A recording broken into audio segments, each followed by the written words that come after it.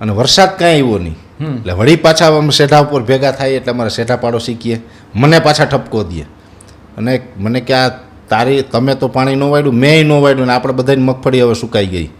મેં કીધું ભાઈ મારો કાંઈ દોષ નથી, આ હવામાન વિભાગના અધિકારીઓનો દોષ કહેવાય.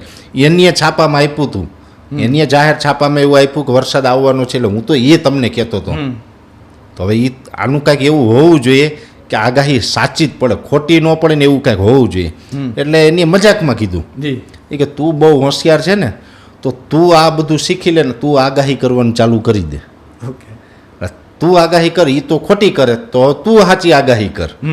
આવું ત્યારે મજાકમાં કીધેલું મને, પણ મગજમાં ત્યારે એવું વિચાર તો આવ્યું કે સાલું આવું કંઈક કરવું જોઈએ. જો આગાહી બધી સાચી જ પડતી હોય તો આપણે આ તકલીફ ન પડે અને કોઈ ખેડૂતને તકલીફ ન પડે. પણ ત્યારે એવો વિચાર આવ્યો હતો, પણ ત્યારે એવું પાક્કું નહોતું કે હું આવું જ કરીશ. પણ એમ હતું કે આવું કંઈક કરવું જોઈએ એમ. પણ ધીમે ધીમે સમય જતાં જતાં જોગાનું જોગ વસ્તુ એવી થઈ કે હું આ ફિલ્ડમાં આવી ગયો. ઓકે.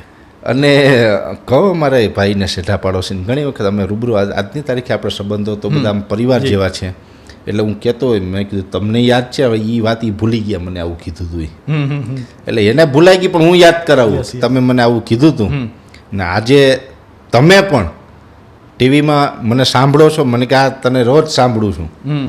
તો મેં કીધું હું આગાહી કરું એ પ્રમાણે તમે કામ કરો છો, મને કે હા. તો મેં કીધું એનો જસ્ટ તમને જાય છે એમ.